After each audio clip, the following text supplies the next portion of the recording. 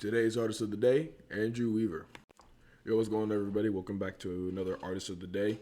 Today's artist is Andrew Weaver. Andrew Weaver is someone I actually learned about through Jacob, a friend of mine and an artist I reviewed way back. Shouts out to him. He told me a lot about him, and I actually heard a lot of his stuff way back then, but I haven't listened to anything since, which is pretty much a year ago, borderline.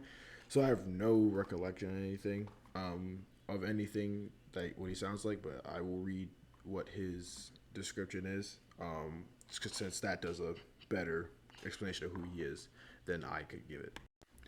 20-year-old producer and singer-songwriter Andrew Weaver finds inspiration from a wide variety of alternative and pop influences to construct his indie pop sound. Andrew first caught attention by appearing on the show American Idol back in 2018. So he's that nigga. That's all he just told me. He's that nigga. After receiving a golden ticket and going to Hollywood, Weaver returned back to construct a sound of his own. Back to Atlanta. Shouts out to the local. Returned to construct a sound of his own. Yeah. Through collaboration with various Billboard charting producers and Grammy-nominated artists. Okay, what? So he's got the connects. So is he certified is the question. That's what we're here for. We don't care about his connections. We kind of do. But is he certified though? Is he certified? He has a collection of EPs and singles available on all streaming devices. Soon to come is Weaver's self-engineered. I cannot read today for the life of me. Self-engineered, executive produced, and self-written EP titled Clarity, releasing later in 2022. So, what have we learned for that? He's basically him, is what I've learned. I've learned that he's apparently legit. I haven't heard a lick of his shit in the past year. And looking at his numbers, he actually does pretty impressive numbers. His biggest song actually doing almost 450,000 streams. Everything else is pretty much like the lowest one is 2,000. Again, bigger than any numbers that I've ever done. So people apparently have enjoyed his sound. And Jacob has been telling me for a while that he's really good. And also I believe Harper's worked with him as well. And they both say he's pretty talented. I haven't met the guy, nor have I heard that much. So we're gonna listen to his top 5 songs, and we'll rate him off of that. Real quick before we do, I need everybody to do a big favor. My music group Balance Ones, That's Okay. New single called That's Okay is out on all streaming platforms. Apple Music, iTunes, SoundCloud, Spotify, all that. Go stream it. Go listen to it wherever you need to listen to it. YouTube Music, it's everywhere. We want to get that big enough to where people can see it, because it is a song that we're all proud of, and it's a song that can actually help a lot of people. So link will be down below. The link will be down below, as will all of Andrew Weaver's social media and and other platforms for all his music will be down there too. All right, just get ready. I have my shades. Yep. I have my shades. I have my water. I have my cup. There's nothing in here but Coca-Cola. First track is his biggest, called Yes or No. Okay. Sunny.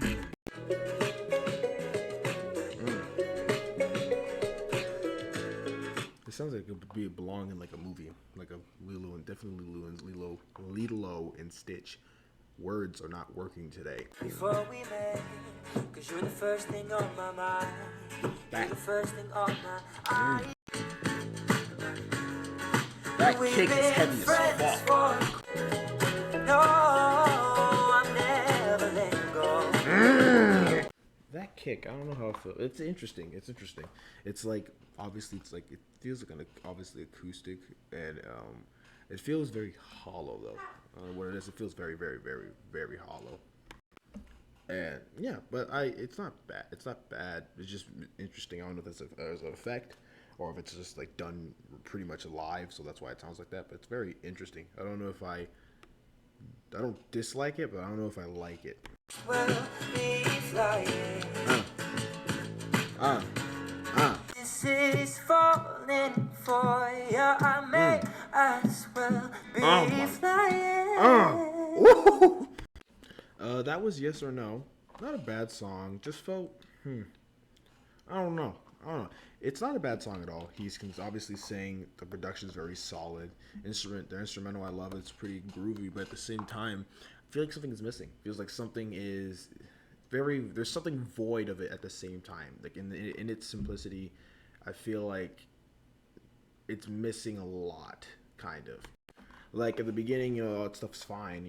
That's very simple. But I feel like towards the end, it's kind of building to this giant arrival moment that never fully shows up. It never. I feel like this is a song that I just see a lot of potential in it, and as good as it is, I feel like it is very also derivative of a lot of other artists. Automatically, when he started singing, even though he sounds really good, I definitely heard a lot of Cody Simpson in that from the song La Da Dee. That La Da Dee Da Da Da. Yeah, so I heard that and a little bit of Shawn Mendes ish, a little bit. And obviously these aren't bad sounds at all because I love La Da Dee. I love Cody Simpson's voice. So he absolutely sounds really really good. Production is solid and he sounds very comfortable and obviously knows what he's doing. But at the same time, I feel like there should have been more. There should have been more. It sounds just very too skeletal to where like this sounds like background music. Like you would hear this and be like, oh, this is pretty good, and then this is it's a very summer sunny vibe, and then I can definitely appreciate. Excuse me. Yeah, I just feel like there should be more. Feels like it just needs a little bit more. It needs something, but it's still pretty good because there's a lot of potential behind that as well. Next song is actually his latest release as of March 15th, 2022, called For You. It's groovy.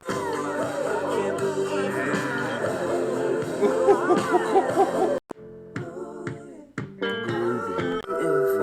If I didn't recognize. Oh, is he playing the guitar? Hold on. This production is nice. This is smooth. Oh my god, that's nice. Very nice track. I like that a lot. I love the production most than anything. That definitely shines the most out of all the aspects of that song. I love the layering of his voice. Makes it very grand and makes it interesting. He kind of sounded like bits and pieces, a little bit like AJR, a little bit, but not really. Um, yeah, I like the effects. I love the guitar at the end. I love how feels very atmospheric, and it feels like you're floating and drowning at the same time. That's what I am visualizing. That you're just floating in somewhere. I like the atmosphere it creates. It's very creative. It's very unique. I really like it. That's very solid. Next track is "She's My Baby." Oh no! Oh no! See, no! Oh no! Oh no! No! Okay! Oh no! This sounds like something belongs on Life is Strange, and I'm a sucker for it. Wait a minute! No, I don't think I'm ready for this. If this is trash, I'm trying to the video. I'm telling you, you can't start it like. See, anybody who knows me, if you watch any of this, I talk any of these. I talk about Life is Strange a lot because it's a fantastic game, one of the greatest games ever made in the history of games ever. And you just start off with that guitar riff and all that, and the layered vocals. It just sounds like some shit that belongs with Life is Strange. Now, if this is garbage, after you started off that good out the gate, we're only 8 seconds in. I'm not listening to this guy again. It's like raps. If this is awful, I'm just saying. He loves that kick. That's what everybody sees, she's my baby. She's my baby. Oh my god. This belongs in a movie. Oh my god, the tambourine. That's what everybody sees, but she's my baby. She's my baby. Oh my god, no. This is phenomenal. This is great. That was really good. I enjoyed that a lot.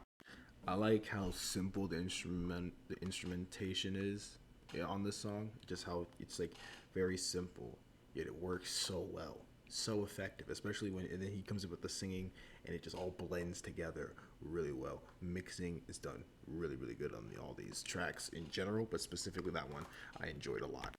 I like the topic choices of all these, but especially like that one. Obviously it's a love song. Yeah, I just love I do love like the atmospheric feel he can create with all these, and you can just kind of just sit back with your thoughts and just picture yourself somewhere with each song.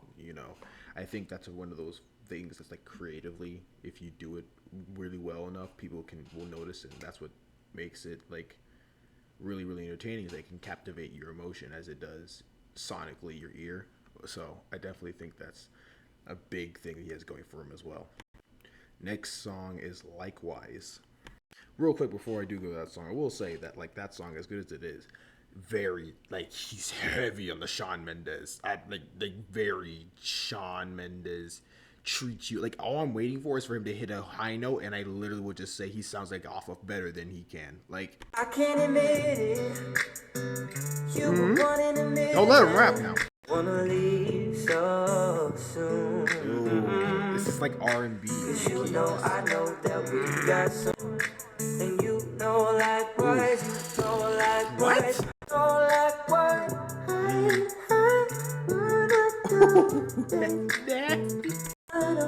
Those high notes are just nasty. Want you tonight. Yeah. You know likewise.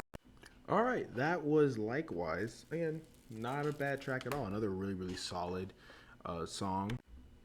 Don't know how I feel about the hi-hats. Gonna keep it real, but I think that's more just a me thing, because modern rap has made me despise hi-hats, especially in that rhythm of all that shit. I just hate it, in my opinion.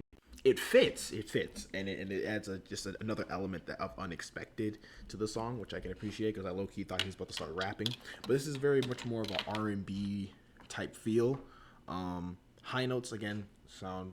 I'm gonna keep saying it. I hope this isn't insulting. It just sounds kind of like a Shawn Mendes song, but I think a little bit better.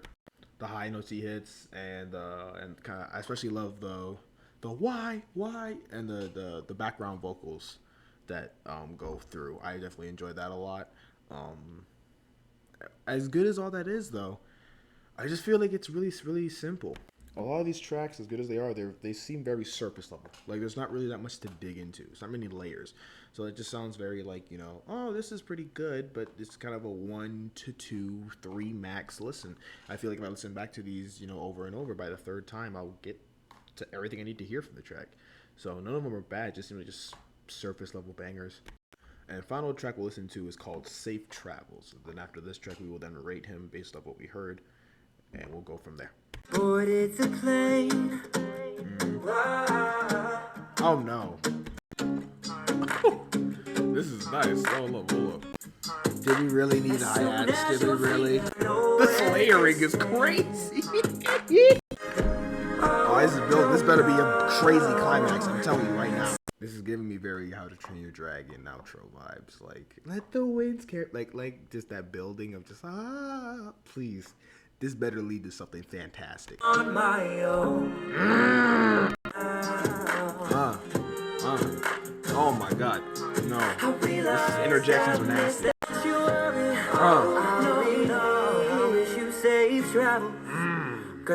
Alright, and that was Safe Travels, the final song we'll listen to. I'm going to go over that one, over the track, before we go over him overall as an artist. Alright, Safe Travels. Again, very good song. Again, don't know why. I don't know if we really need the hi-hats. They fit in fine, and they fit in. I don't mind it, but I don't know. It's just I feel like they could have been something a little bit more creative there. It just seems very, especially that the rhythm they chose of it. It's not necessarily needed. Other than that, it sounds like a pretty standard, R&B type song. This one sounds a lot more AGR, a little bit in terms of layering and like the violin like interruptions in the middle.